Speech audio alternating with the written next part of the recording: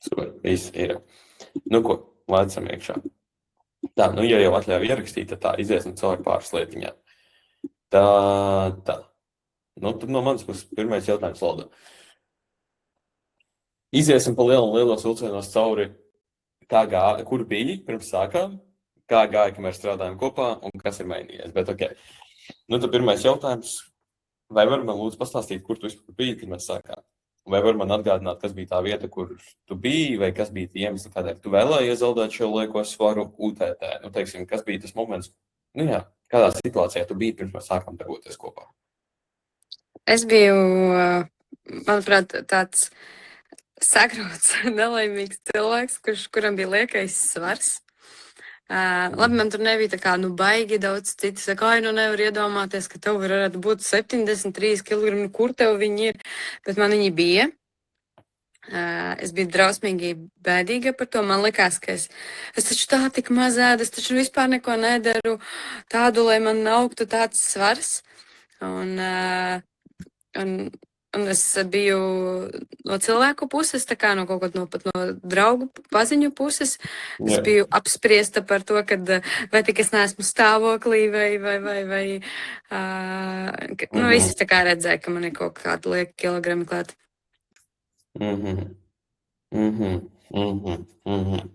Sadzirdēju tev. Aha, sapratu. Nu, un, ja drīkst jautāt, vai tajā brīdī tas jau sāk ietekmēt to pašsajūtu? Jā, protams. Vai iekšēji UTT? Jā, es visu laiku biju tāda depresīva. Man nepatika, kā es izskatos, man nepatika tas, ko es vilku.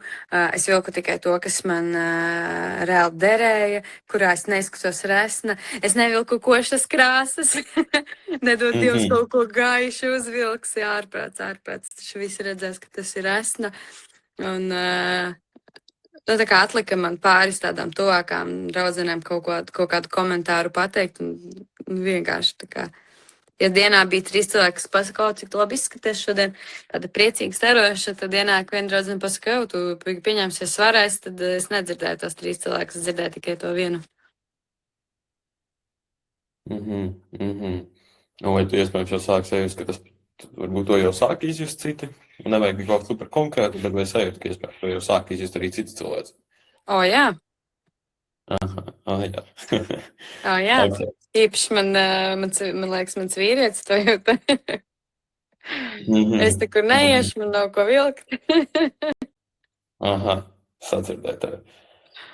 Nu, vai varbūt man pastāstīt, ko tu biji arī mēģinājis iepriekš? Tiešām, vai vari atgādināt man, kas bija tās lietas, ko tu biji mēģinājis iepriekš, pirms mēs sākām strādāt kopā? Es, principā, visādas tādas īsā perioda diētiņas biju mēģinājusi.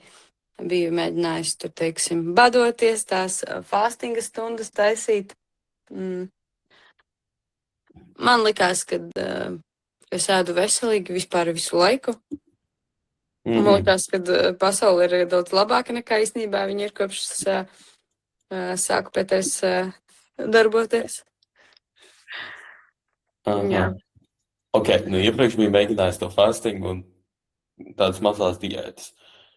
Vai bija arī citi treneri, vai citi kaut kādi uzturi, vai kaut kādi projektiņi UTT, vai bija citi tādi mēģinājumi? Nevajag obligātus vārdus, bet vai tādi bija? Es esmu pirkus kaut ko, ko esmu norausies 2. dienā vienkārši. Un viss, un sapratu, tā ka es pati tikšu galā, man šitais neinteresē. Tāda arī ir bijuši, jā. Bet es sporta zāles gāju, ir kaut kāds tur treneris, kuram es tur prasīju kaut kāds padomus. Es gāju arī pati par sevi to zāli.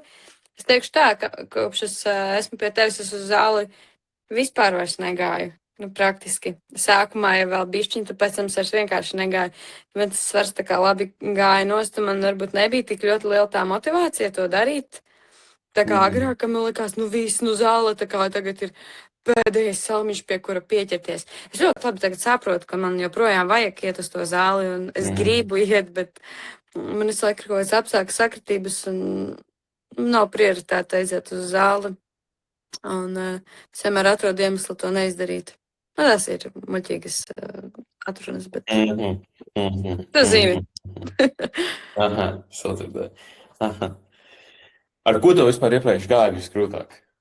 Kas bija, bija tās īstermiņa diētas, bija kaut kāda projektiņa, UTT, bet ar ko tev gāja visgrūtāk tur vienmēr? Kas bija tā problēma, ko tu laiks, es nezinu, kaut kas nokritās, atnāca atpakaļ, nekas nekritās, nebija izdarāms tavā Man ikdienā? vispār nekas nekritās. Es varēju darīt, ko vien es vēlos, man nekad vispār nekas nenokritās. Nu, maksimums varbūt tur, nē, pat ne kilograms. Es nezinu, man liekas, ka man stāv uz vietas. Es vienīgais, kad nometu, bija ļoti, ļoti pie liela stresa, tas pie šķiršanās, un vairāk arī, nu, tā kā vispār man neizdevās nekad notievēt. Es gāju visas analīzes, nodot, domāju, ka man hormoni tur pie vainas, un ko tik es nedomāju, lai tikai neredzētu patieso cēloni. Nu, kas bija patiesais cēlonis? Jāskaita kalorijas, dzīvē nav nekā cita. Nu, tu vari darīt, ko gribi, var izstiepties, var sarauties. Un tagad es redzu, kā tas strādā, pat ja es norojos. Pat ja es vienu dienu, nezinu, apēdīšu ne tā, vai es nākošajā dienā zinu, kad es atgriežos vecajās sledēs, un labi, nu šodien man nekas nenokta, bet rīt man turpina krist. Ok, sadzirdēju. Aha. Kādu vispār kā tu jūties vispār pagātnē, iepriekš tajā brīdī, kad jau biji mēģinājusi visu kaut ko izmēģinājusi? Nu, kā tu jūties tajā brīdī, kad jau biji visu kaut ko izmēģinājusi, bet tas vairs nekritās? Drausmīgi, dusmīgi vīlusies, nu tāda viegla aizskaitinājuma, man viss tracināja, man bija tik viegli tā kā saraudināt pat. Emocionāli galīgi nestabila, es teiktu. Jo es visu laiku cenšos, un man nekas nesanāk. Vai bija momenti, kad tev jau cerība sāka pazust? Jā. Es sāku pat kaut kādā brīdī sev ieskaidrot. Šis šausmīgs teikums man bija pat tā kā resno cilvēku domāšana. Kad, pieņemiet mani tādu, kāda es esmu, un paši vainīgi, ja nepieņemat laba cilvēka, vajag daudz. Un kaut kā tā, jā, man bija tiešām tāds, kad, ap manīm taču arī nav jau pieejams veiklā tikai S un M izmērs. Ir taču ir L un XXL arī pieejams.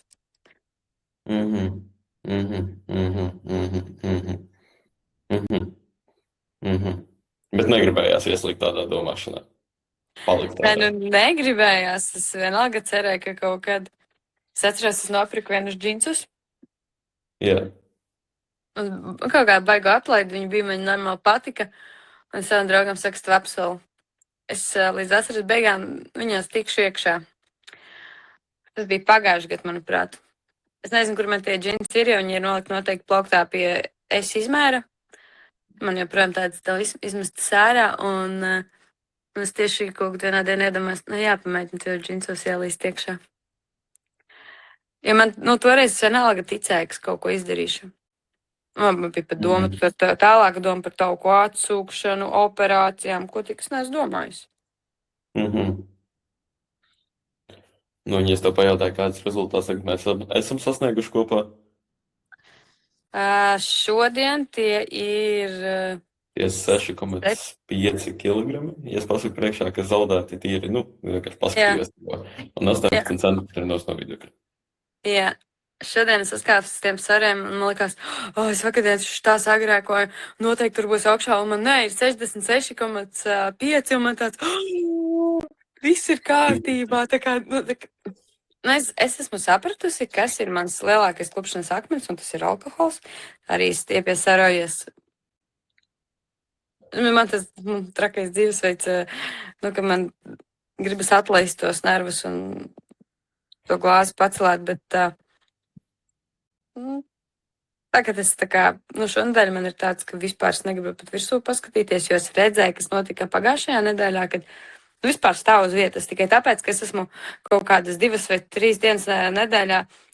Vienreiz vakariņās biju paņēma vīnu klāt, vēl kaut kad aperolu paņēma klāt pie kaut kāda ēdiena un viss, un tad tas arī stāv uz vietas. Par ko atkal sēdēja? Man liekas, atceros, bet par ko atkal? Nu, ko darīji? Kas ir Kādā ziņā? profesija? Nu, par ko strādāji vispār kā tā? Es? Darbu, kā tu domā? Jā. Skaistam kopšanā. Nu, ok. Aha. Ok, sacirdēju. Aha. Nu, labi. Nu, ja es tev pajautāju šādi, vai tas tev kaut ko ir mainījis? Teiksim, vai tas, ka tagad ir jau pazuduši šie pirmie kilogrami, jau ir tie 18 centimetri no vitukļa, vai tas tev kaut ko ir mainījis? Vai kas ir tās vietas dzīvē, kur tu to visvairāk izjūti? Jā, protams, ka tas ir mainījis. Tā ir mana pašpārliecinātība. Viennozīmīgi man ir uzlabojusies oma. Es velku drēbes, kas man patīk. Nevis tās, kas man der. Protams, man vēl ir, kur augt un tiekties, bet es zinu, ka es to izdarīšu. Man vispār nav vispār nekādu šaubu. Es priecājos, ka man šis nav kļuvis tā kā par īstermiņa kaut kādu diētu, kad es tur domāju, jā, tūlīt tas beigsies, varēšu atkal tur pierīties kārtīgi, ēst visu pēc kārtas. Nē, man nav tādas domāšanas vairāk. Agrāk man tā bija. Es zināju, ka paies šīs laiks ar to īso diētu, ka es pēc tam varbūt nekas nemainīsies un es neatgriezīšos vairs tur atpakaļ. Bet tagad man tā domāšana pat vairs nav tāda. Un tagad es vienkārši es esmu šokā par to, cik kaloriju ir ēdienā. Mans lielākais dzīves šoks ir pica. Rīgī parastā pica, tās ir štuka kalorijas. Tas man vienkārši tā kā liekas, ko? un burtiski es nevaru dabūt sevī iekšā to ēdienu, ja es zinu, cik tur ir kalorijas. Un vakardien mēs ar meitu, mums bija mācas un meitas diena, un mēs braucām uz Rīgu, mēs ēdām suši, burgerus, mēs pat batātes paņēmām. Sapēt kaut kādas 5. Man liekas, cik pretīgas viņas reāli bija tik negaršīgas. Viņas bija taukainas. Un es nevarēju viņas vairāk arī, agrāk man tas bija viens no mīļākajām tādām, saldējiem, nevis saldējiem, bet tādiem uzkodiņām. Un tagad es vienkārši nevarēju. Un to sushi burgeru es vienkārši ēdu no tādu.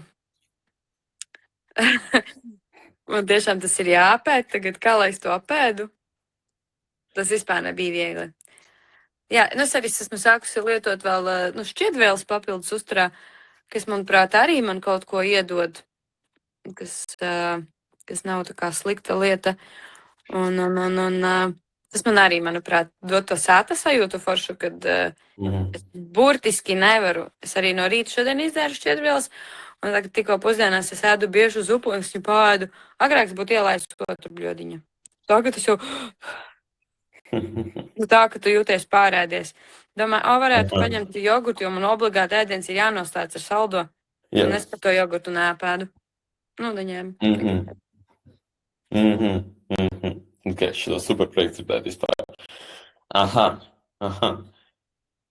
Un es tev pajautāšu, vai tev ir bijis kāds moments, kur tu sajūti tādu stipru pirms un pēc? Kāds moments, kurš tev ir licis aizdomāties, kā bija pirms un kā ir tagad, un bāzē tā ir tik liela atšķirība?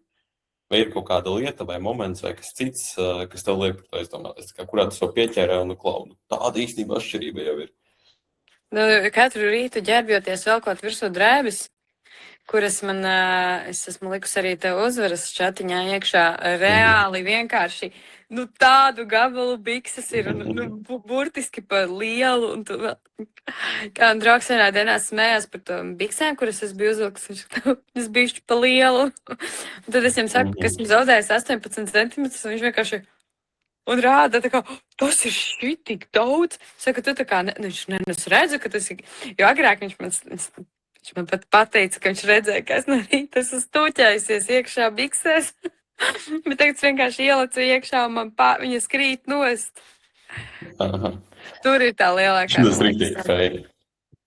Man liekas tik forši, ka viņš man to agrāk nebija tā kā iemetis acīs un pateica, ka biksēs netiec iekšā, bet viņš tagad man saka, es redzēju to. Super. Pašai jau ir forši sajūta. Protams, es esmu riktīgi priecīga. Es to stāstu visām savām draudzenēm un visiem, kad es tiešām esmu riktīgi lepna un priecīga par to, ka es to izdarīju. Es neticēju, ka es varu. Man nelikās, ka es varu. Super. Aha. Nākošais tieši jautājums. Uzreiz te pajautāšu, pat pirms paturpinam šo. Vai tev bija kāda šaubas pirms tu pievienojies? Vai tas būtu tieši par to, ko mēs darītu, vai tas būtu par sevi, vai tas strādātu, vai tev bija kāda šaubas pirms mēs sākām darboties kopā? Protams. Jā, protams, 101. Man bija šaubas par to, ka es pati izturēšu.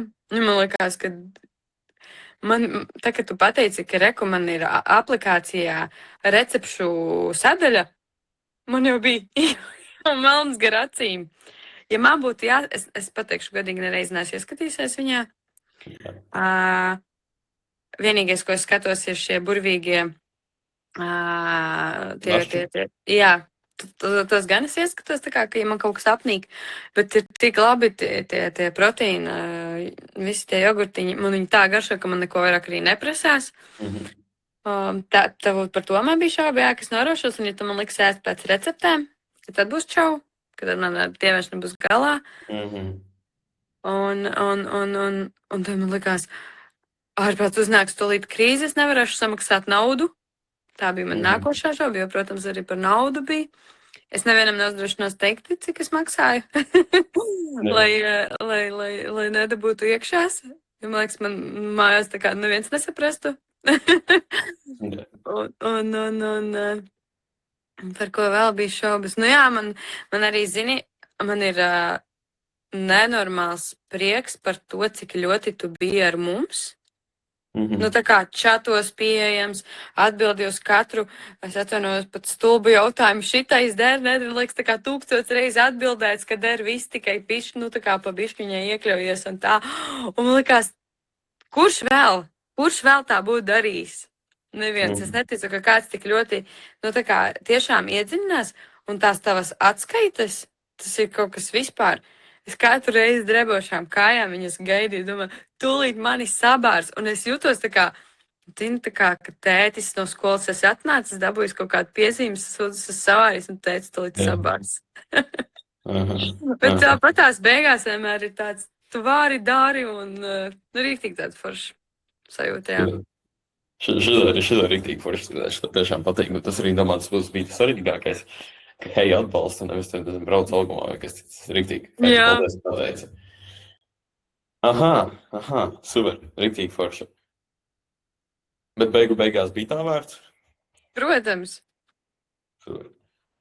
Un ja es tev pajautāju, kas tev tomēr lika izlemt? Kas tev tomēr lika tā kā pateikt, jā, nē, nu davai, tomēr tērām. Pat ja bija šitā šaubas, vai tas strādās, vai es pat varēšu pieturēties finansiāli, UTT. Kas tev tomēr lika izlemt, ka, hei, nē, davai, tomēr lecam iekšā un mēģinām? Es biju nelaimīga vienkārši.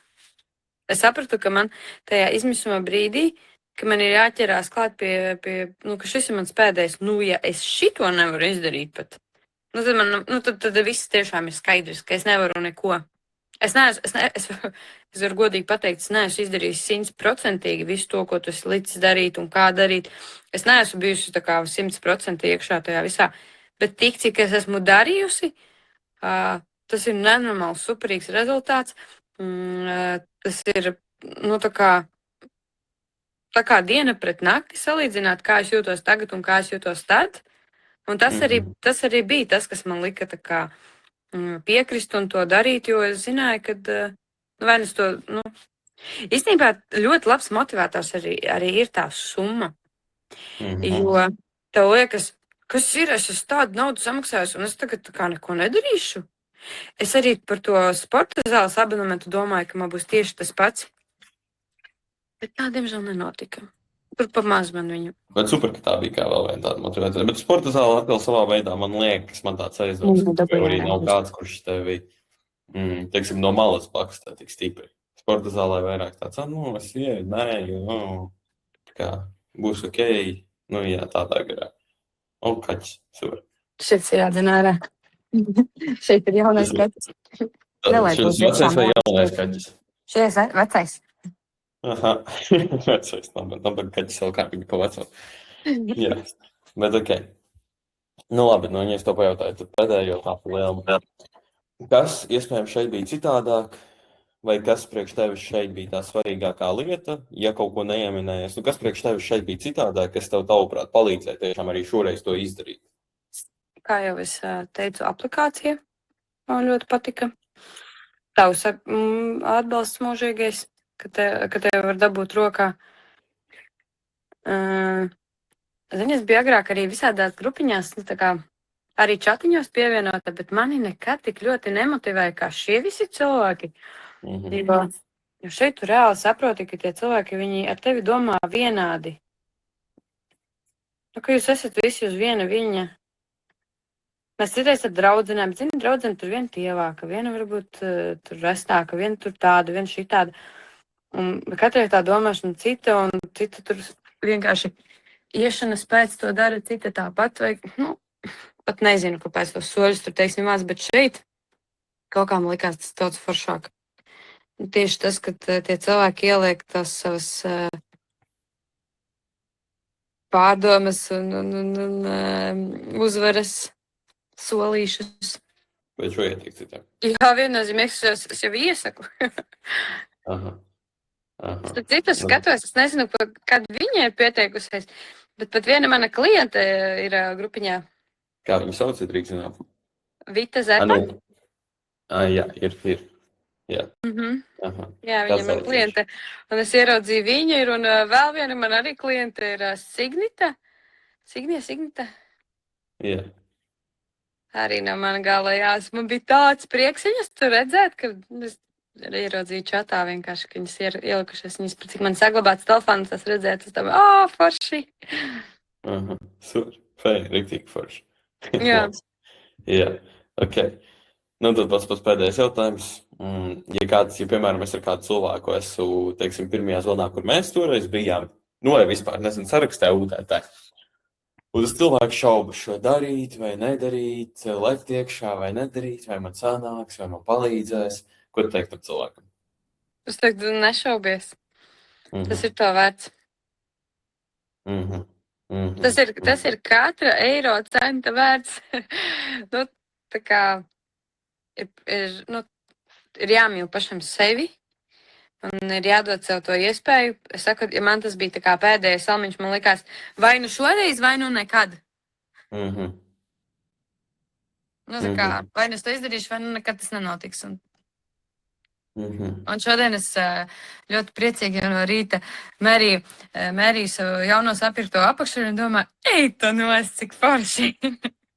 Un man līdz asarai vēl ir ļoti ilgs laiks, un tos dažus kilogramus es tur vispār dabūšu, dažas nedēļas, un viņi nebūs. Super. Ok, viss. No manas puses vairs nav jautājumu. No manas puses viss. Ok, fēni.